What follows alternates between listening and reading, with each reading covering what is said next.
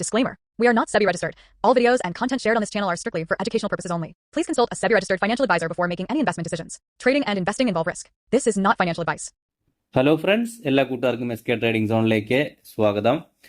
നമ്മളെല്ലാ ദിവസവും വീഡിയോസ് ചെയ്യാൻ ശ്രമിക്കുന്നുണ്ട്. അപ്പോൾ ചെയ്യുന്ന ദിവസങ്ങളിൽ നമ്മൾ നിഫ്റ്റി, അതുപോലെ സ്മോൾ ക്യാപ്പ്, അതുപോലെ ഒന്ന് രണ്ട് സ്റ്റോക്കുകളും ചാർട്ടിൽ പോയിട്ട് നമ്മൾ അനലൈസ് ചെയ്യാറുണ്ട്. അതുപോലത്തെ ഒരു വീഡിയോ ആണ് ഇന്ന്. ആദ്യം തന്നെ നിഫ്റ്റിയുടെ ചാർട്ടിലോട്ട് പോവാം.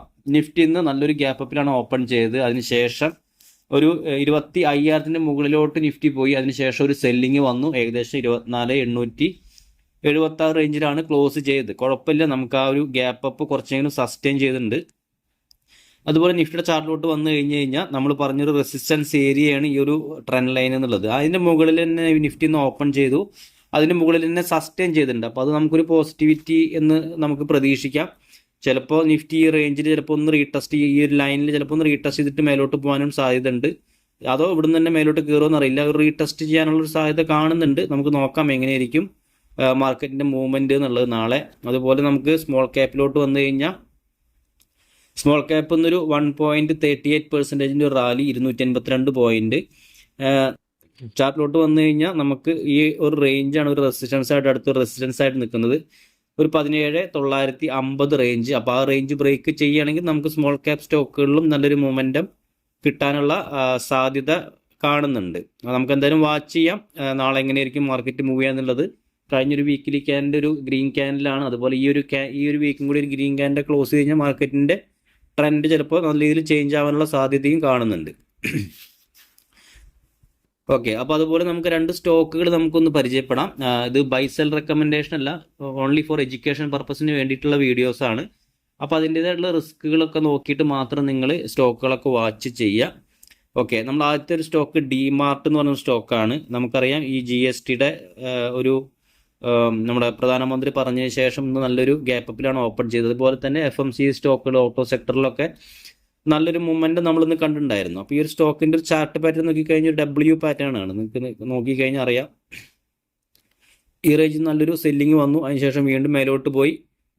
ഈ റേഞ്ച് ബ്രേക്ക് ചെയ്തില്ല.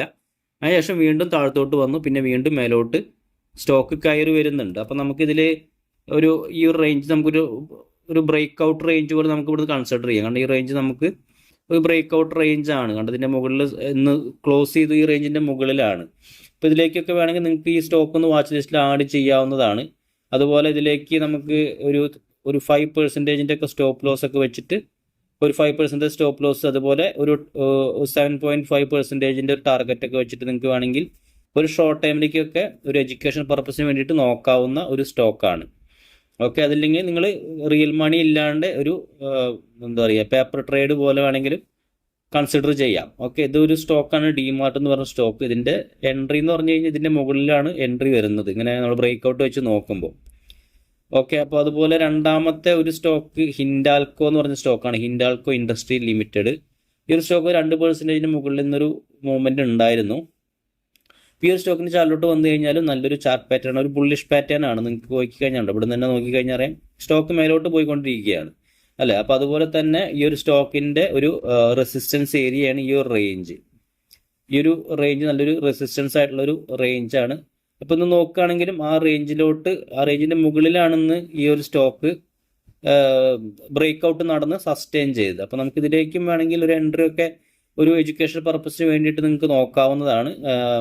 ഈ ഒരു റേഞ്ച് നമുക്ക് കണ്ട് ഈ ഒരു ക്യാൻഡിൽ താഴെ നമുക്ക് സ്റ്റോപ്പ് ലോസ് ഒക്കെ വെക്കാം. ഒരു 2% ഒക്കെ 2.5% സ്റ്റോപ്പ് ലോസും, അതുപോലെ ഒരു 5% മുകളിൽ ഒരു 6-7% ഒക്കെ ടാർഗറ്റ് നമുക്ക് ഇതിലേക്ക് നോക്കിയിട്ട് ചെയ്യാവുന്നതാണ്.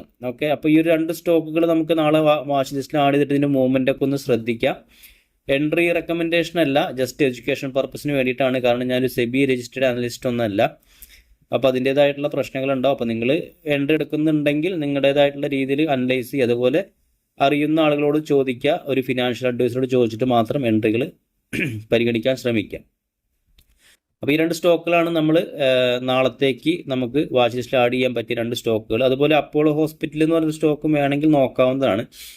ഈ ഒരു സ്റ്റോക്കിൻ്റെ ഒരു ബ്രേക്ക് ഔട്ട് റേഞ്ച് മുകളിലാണെന്ന് സ്റ്റോക്ക് സസ്റ്റെയിൻ ചെയ്തത്. അപ്പോൾ ഇതിന് എൻട്രി എടുക്കുന്ന ആൾക്കാരാണെങ്കിൽ പെട്ടെന്ന് ചാടിക്കറി എൻട്രി എടുക്കാതെ ഒരു റീടെസ്റ്റ് ഒക്കെ വരുന്നവരെ ഒന്ന് വെയിറ്റ് ചെയ്യുക. ചിലപ്പോൾ ചിലപ്പോൾ നല്ല ചെറിയൊരു സെല്ലിങ് വരും സ്റ്റോക്കിൽ. ഏകദേശം ഈ റേഞ്ചിലോട്ടൊക്കെ വന്നിട്ട് ഒരു മൂവ് കിട്ടുകയാണെന്ന് പറഞ്ഞാൽ നമുക്ക് നല്ല റിസ്ക് റിവാർഡ് കിട്ടും. അങ്ങനെയെന്ന് പറഞ്ഞു കഴിഞ്ഞാൽ നമുക്ക് സ്റ്റോപ്പ് ലോസ്, ഇതിൻ്റെ താഴേക്ക് നമുക്ക് സ്റ്റോപ്പ് ലോസ് വയ്ക്കാം. ഇവിടുന്ന് കയറി എടുക്കണേക്കാട്ട് നല്ലത് അങ്ങനെയുള്ള എൻട്രികളായിരിക്കും കൂടുതൽ ബെറ്റർ ആയിട്ട് നിങ്ങൾക്ക് നല്ല റിസ്ക് റിവാർഡ് കിട്ടുക. ഓക്കെ, അപ്പോൾ ഈ 2-3 സ്റ്റോക്കുകളൊക്കെ നിങ്ങൾക്ക് ഒന്ന് വാച്ച് ലിസ്റ്റിൽ ആഡ് ചെയ്തിടാം. അതിൻ്റെ മൂവ്മെൻ്റ് ഒക്കെ ഒന്ന് ശ്രദ്ധിക്കുക. പേപ്പർ ട്രേഡിംഗ് ഒക്കെ ചെയ്യാം, അധികം ക്യാഷ് ഒന്നും ഇടാണ്ട്.